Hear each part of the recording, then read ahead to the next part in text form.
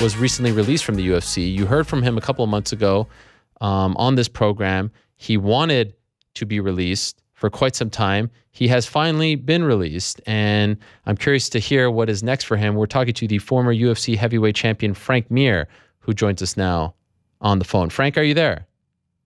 Good, man. How's it going? I'm doing great. Thank you for joining us. So how hard was it to finally get released? You talked about this over a year ago on this show. Ultimately, how difficult was it? It wasn't easy. I think it was just finally making my case that, the future for me didn't lie in the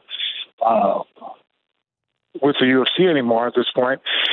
And then I wanted to venture off and do other things. And by them not releasing me, it was basically interfering with my ability to provide an income for my family. And I think that's pretty much what I played on the last, my last plea was that, if you guys let me go and I go to a competitor, it's not going to change you guys' lifestyle. If you don't let me go, it's drastically changing mine. Was this something that you had to do face-to-face? Did you sit down and meet with them? How did it go down? Yeah, actually, Hunter Campbell actually finally met with me and called me back. And so we went out to dinner and had a conversation about it over the phone or in person, and we're able to come to terms. And are there any strings attached, or at this point, can you sign with anyone? Like, do you have to wait a certain amount of time? Is there a matching period, something like that? Well, at least, okay, the advantages of it came about that they still wanted me to sign. In fact, in our mutual release, I went ahead and agreed that I wouldn't fight till the end of April or till April 7th when USADA's sanction would normally have been up. I guess to not disrespect USADA for them, because, again, USADA is not a sanctioning body. So basically, they have no teeth. So if anybody gets released by the UFC, we're not suspended by a commission if we're only suspended by USADA. And that's the kind of the situation I was following in. And so, but the only problem was I had I had no ability to go out and negotiate with other companies until April 7th or 8th. And that was basically the boat that I was in to begin with. And so basically now I have a release. So now I can go to Bellator. I can go to ACB and say, hey, April 8th, I'll be ready to fight. What can we do? And then have the ball set in motion instead of starting this whole process then and only adding more months until I'm able to fight again. Okay, I understand. And is there any chance that you can just go fight overseas where there is no, commission, no strings attached, or are you going to wait until April to fight again? Or, of course you could fight in May, et cetera, but not before April. I probably could. But I don't know what that would do as far as me coming back and fighting in the States. It's kind of a gray area. I keep hearing back and forth on that, where it's like, well, yes, you can go fight overseas, and there's really nothing anybody can do if you go fight, if the ACB puts together a Bellator fight, or a Fedor fight, I could fight over there. But then if I ever want to continue fighting in the U.S., I don't know what then the UFC would do about that as far as me breaking, the agreement. Okay. Do you want to keep fighting? Oh yeah, absolutely. Okay. I feel better now, physically and stuff, and competing is something that once I retire from, I'm never going to be able to go back and do. Just like I can, when I'm 55, go one more fight. So I've just turned 38. I have a few more years as a heavyweight to be able to compete, and I want to take advantage of it. Last time you were on, you expressed, I guess, some disappointment with the way this all went down. You couldn't get a call back. You feel like, you've done a lot for the company. That's 100% accurate, former champion, all that stuff. Did anything change after we spoke? Did you, I know you said that Hunter called you back, but did you get a sit down with Dana White? Did you get to talk it out? What happened after we spoke? No. Nothing. No. Hunter reached out to me. So, that was a good thing. But as far as anybody else in the company, no. So you have not talked to Dana since leaving the company? No. I haven't talked to Dana since before Mark Hunt. Does that kind of blow your mind? You've done so much. Well, I live with it every day, so I know when I tell somebody, it gives them like a shock factor, but I'm kind of, I'm kind of past it now. Not even a goodbye, not even a thank you, not even a, best wishes, nothing? No, I guess not, but hey, business is business. I guess there's purely a business relationship. And you're not saddened by this? Well, I guess just because that's my mindset. I just look at the situation and how to deal with it best. I can't get, it's like a fight. If you catch me with a jab, I can't sit there and go, damn, that sucks. You just hit me. I'm like, all right, how do I fix it? How do I move on to the next movement?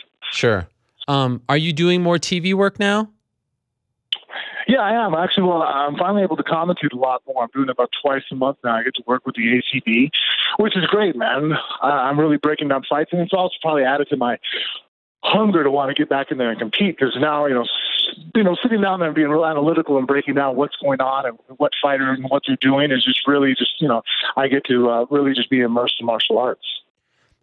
The owner of ACB has made some controversial comments about homosexuals. Have you read any of this? Are you uncomfortable about any of this? Yeah, I just try to avoid it, just because, first and foremost, these are stemming from religious point of views and political point of views. And to be honest, I try to steer clear of it because of, as a fighter, I go out there and fight for different companies. As a commentator, I work for different companies. If I get too political, or if I say things like that, the whole religious thing, if you know my background, kind of baffles me anyway. So I just, I leave that to the people that are religious, and just that's their thing, and I just try to stay clear of it. Okay, so while we're on that topic, I'm sure you've heard about the story with Ramzan Kadyrov and the HBO story. You've seen this, right? No, not yet. Someone started talking to me about it, but I didn't actually get to finish and find out anything. Do you have any ties to that organization? They were featured on HBO Sports 2 weeks ago. Also very controversial, polarizing, and he's in the MMA business. And I believe you went over there at least once, and your name has kind of been lumped in with the guys who have been over there. Do you have any ties to them now? No, the only person I work with is with the ACB. Okay. Which has ties with Ramzan Kadyrov. Okay. They have no ties, right? You said? No, there's no ties. Besides the fact that they're from, they all speak Chechen or Russian. Right. What would be the dream scenario for you? Like, as you look around the landscape, do you want to fight for ACB? Would you love to fight on Spike for Bellator? Is there an opponent that really kind of... Well, actually, more opponents. I think we're seeing that as a new wave of, instead of, obviously being a champion is great, but I think that what immortalizes guys now are fights. If you think about it, even like Muhammad Ali, it's not so much that he was the champ, it's that he fought Joe Frazier and then, the George Foreman fight. So I think it's your opponent and who you're facing, and that's what makes people remember who you are. That's what gets eyes turned on to the event. It's not necessarily who has the strap. And so now I'm more or less looking for trying to fight particular guys, and two of which, one would be Fedor. I think that, would be a phenomenal fight for me to finish, to have on my name as far as somebody that I faced throughout my career. And then, another one too would be to finish the trilogy with Brock Lesnar, having a third fight with him because we're 1-1 against each other.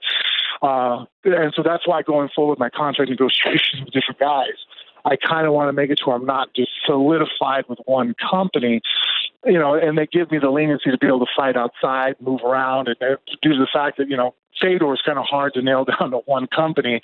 So I don't want to get in a situation where I've been for the last 15 years where I'm like, hey, I'd like to make this fight work, but I fight for the UFC and he won't fight for the UFC. So that sucks. So it's never going to happen. So I kind of want to avoid that pitfall in the future. And so you mentioned a name that has been very much in the news these days, Brock Lesnar. Are you here? Like, are you poking around, your team poking around? Is he, based on what you're hearing, legitimately interested in coming back? Because from what I understand, he's not tied to the UFC as well. So this fight could happen in Dubai, of all places, on top of a roof or somewhere. Who knows? Let it go to the highest bidder. Is there any legitimate interest that you're hearing about? Well, not necessarily from Brock. I don't really keep my ears to the wall or full on that. But I know that Brock likes money. He's come out of retirement before. And I can foresee that a fight with him and I would make more money than a fight with him and Mark Hunt. There's more of a storyline, more of a build-up. There's a lot more history there. So hopefully a fight with him would culminate. And then, I know that John is calling him out. And, that would be a big fight. It's huge, too. The only obstacle I see is that, that means that he would have to enter the drug testing pool for USADA for 6 months and do a lot of things that I don't know if he's willing to jump through those hoops. So basically what you're offering is a sort of stress-free return where you don't have to go through all of that. You guys could technically fight, come April 1st or whatever that time in April is, right? Yeah, exactly. And he doesn't have to worry about anything but just whatever local commissions we fight at. Yeah. And so how do you go, like, what are you going to do to go about getting this fight? This would be gigantic for you. Like, do you have to reach out to his people and try to you guys could technically put it on by yourselves, I guess. Yeah, that's one idea. I mean, and actually, as I'm now in negotiations with a new company, I've kind of thrown that out there. Oh. As I go and and people talk to we talk to Scott. It was like, hey, this is an idea. As I talk to Mayorback from ACB, hey, here's an idea for you. Like, what do you guys think about this? So not only am I selling myself as a fighter, but I'm also selling potential opponents in the future. Like, well, if you sign me, this is a fight that you could make. Yeah. So who are you in negotiations with? Well, right now the two main forefront leaders is Bellator and then the ACB. Oh, okay. So there is interest from both of them. Yeah. Wow. This is exciting. Yeah, no, I'm excited, to move forward and feel good and just, go out there and compete again. Who's the front runner right now? I don't really know. I got actually probably by the end of today, I'll have a better answer for you. He's over in as we speak. So that is true. Yep. We just talked to him earlier today. Now, based on what you're hearing, I don't know if it's too soon, but would this require a big pay cut on your part? Do you feel like you're getting paid, equal to what you were making in the UFC, more perhaps? What is the market out there right now for you? Well, so far it seems to be about the same. Who knows? That's good. It was to be the same more. Wow. So far it's the same. Are you pleasantly surprised by that? Do you feel like, were you expecting something different? Were you expecting more, less? What were you expecting? I can't tell. I feel that still that my name still brings up interest in the MMA world. So at the end of the day, as long as people know who you are and want to watch you fight, that's really what it comes down to. So it's whether or not, so then I kind of look at what other guys are getting paid and what they're doing and wondering, okay, well, do I sell more tickets than he does? And, and I'm not going to bash on fighters, but there's a couple of guys out there, the names have come out like Bellator. I'm like, oh, they're getting paid what? And I'm like, well, I get a lot more draw than he does. Yeah. So yeah. I realized the mix. Are you training these days, or have you taken some time off in the midst of all this stuff with USADA, the UFC, etc.? Yeah, no, actually, I'm training again. And, now that I'm not under the USADA umbrella, I only have to worry about what regulations, commissions allow you to fight under. So I can go to the doctors again and be different with different treatments and exemptions and whatnot. So now I'm feeling actually exceptionally well and feeling good again and can't wait to go out there and compete. Oh, wow. So the shackles have been removed. Right. To a certain extent. Who would you be training? Like, are you going to still do your own kind of thing? Are you going to go with a specific team upon returning? What are you going to do as far as training? Well, right now I still train with Angelo Reyes and then Robert Drysdale for jiu-jitsu. I kind of feel like the two are just, are really, Drysdale is one of the best jiu-jitsu guys in the world. And, he's made a conversion to MMA there for a while. And you get to see how well he does in that world and how well he understands it. If you sign with Bellator, is there a TV deal involved in that? Is there any talks of having you as a commentator as well?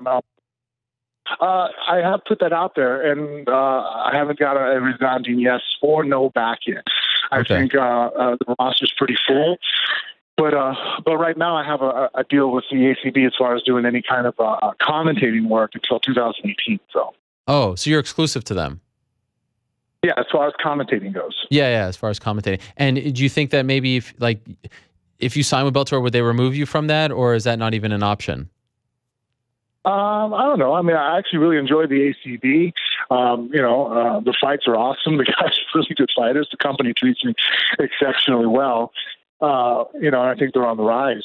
There's something that people, I think if you're a purist of MMA, that you're really going to enjoy watching the fights. In fact, there's a lot less of fluff and, goes from fight to fight to fight. It's something that I personally enjoy now very much. And so, it's not something I'd ever want to sever ties with, to be honest with you. If it's something that can work in conjunction with, if I can tell the ACB guys, hey, there's a big event Bellator's having, they'd like me to commentate, it doesn't, interfere with yours, would you be okay with it? I'm sure that, they've been more than, accommodated in every other aspect of my life.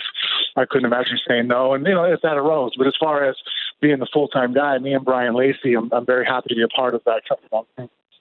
And so, are you still watching the UFC product, or do you not have any interest now that you left?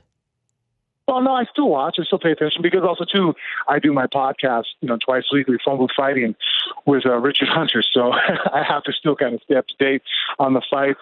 But I do find myself fast-forwarding a lot because I'm so now used to the pace the ACB set that when I watch these 15 minutes of downtime and telling me who people grew up with and who their brother was, it's just not very interesting to me. I want to see guys fight. And so, I tape the shows and then fast-forward through them. What do you think of John Jones's performance on Saturday? Were you impressed? Is John Jones back? Did you feel like he's fully back, or maybe with another training camp, back-to-back fights, not a year-and-a-half layoff, that we'll see an even better John Jones?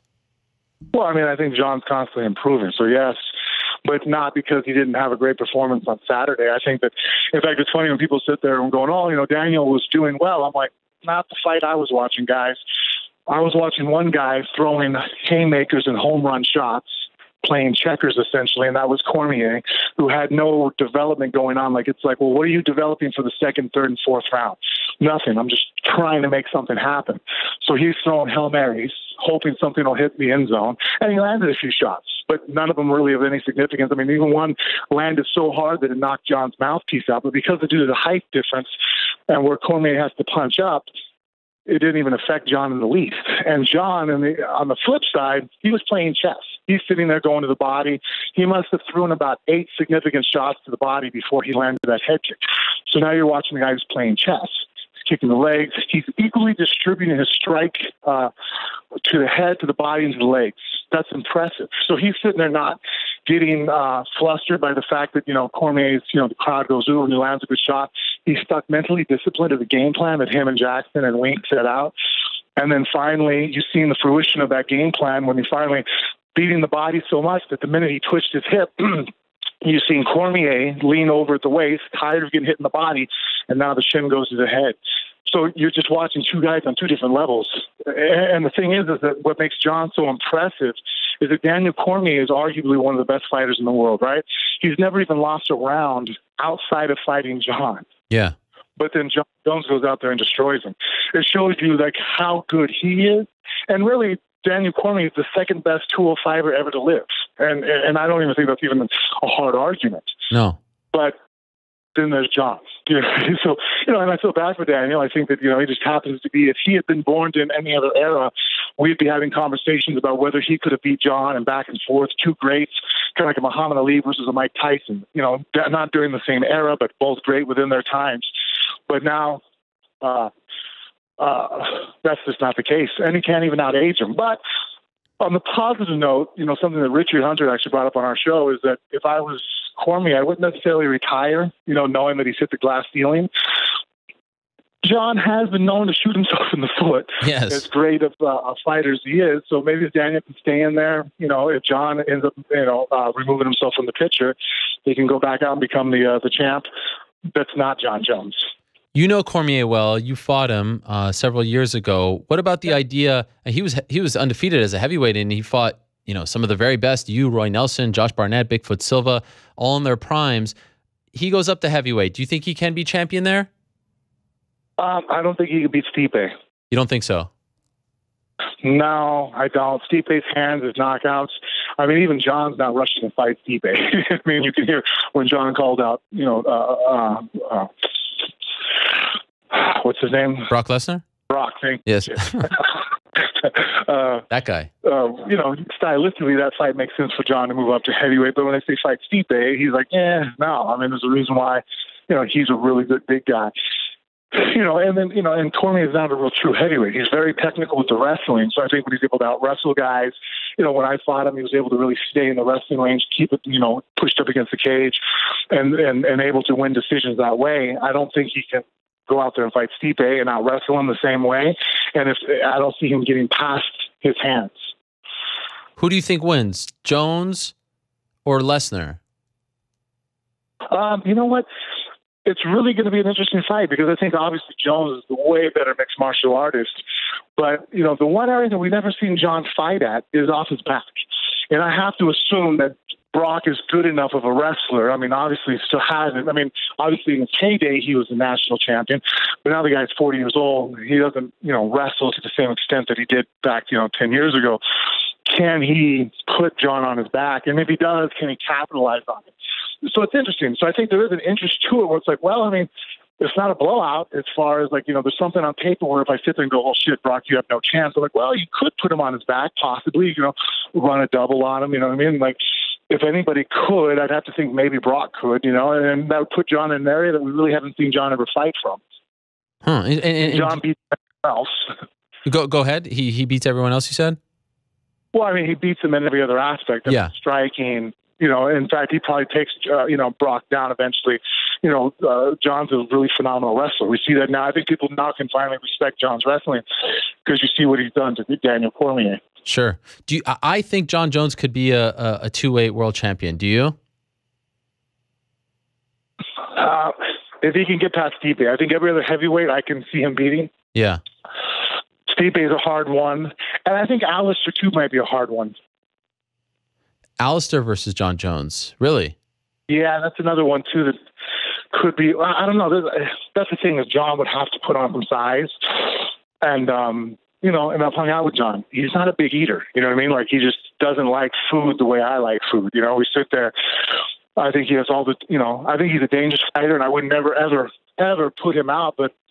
His upper body is definitely in that world and realm that he could compete as a heavyweight, but it's his lower body, the heavyweight's still big, and pushing around and carrying that weight. I don't know. Do I think there's could he do it? Would I put it past John? No, not at all. I've trained with him. I know how good he really is. He's not giving up reach and distance. It would just be that horsepower. Could he, eliminate it through his technical wrestling and his angles? And he very well may could. The only fight that immediately that would make me nervous for John would be Stipe. It's like, oh shit, that's not, And then also too, like John said, there's really nothing in for him to win. Stipe is a phenomenal champ as far as like he's a good guy. If you want to point your kids in the right direction, hey, look at this guy. He's a good person, family guy, down to earth, still works a regular job, as a firefighter. He's an asset to the community. But as far as a blockbuster ticket sales, he's no Conor McGregor. You know what I mean?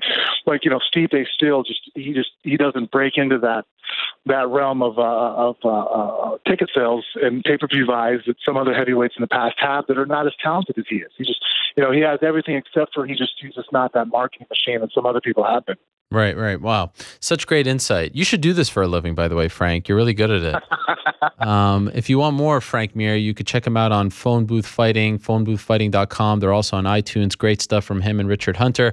Great stuff for ACB. And congrats on getting released, getting what you wanted. And I hope that for your sake, your family's sake, you get signed sooner rather than later and that we can see you back in there, Frank. Yeah, man, I really appreciate that. Thank you. Well, as soon as I know, I'll let you know. I appreciate that. Thank you very much. Good luck to you, and we'll talk to you soon. All right, man. Thank you. All right, there he is, Frank Mir, the former UFC heavyweight champion. Great stuff as far as his career is concerned.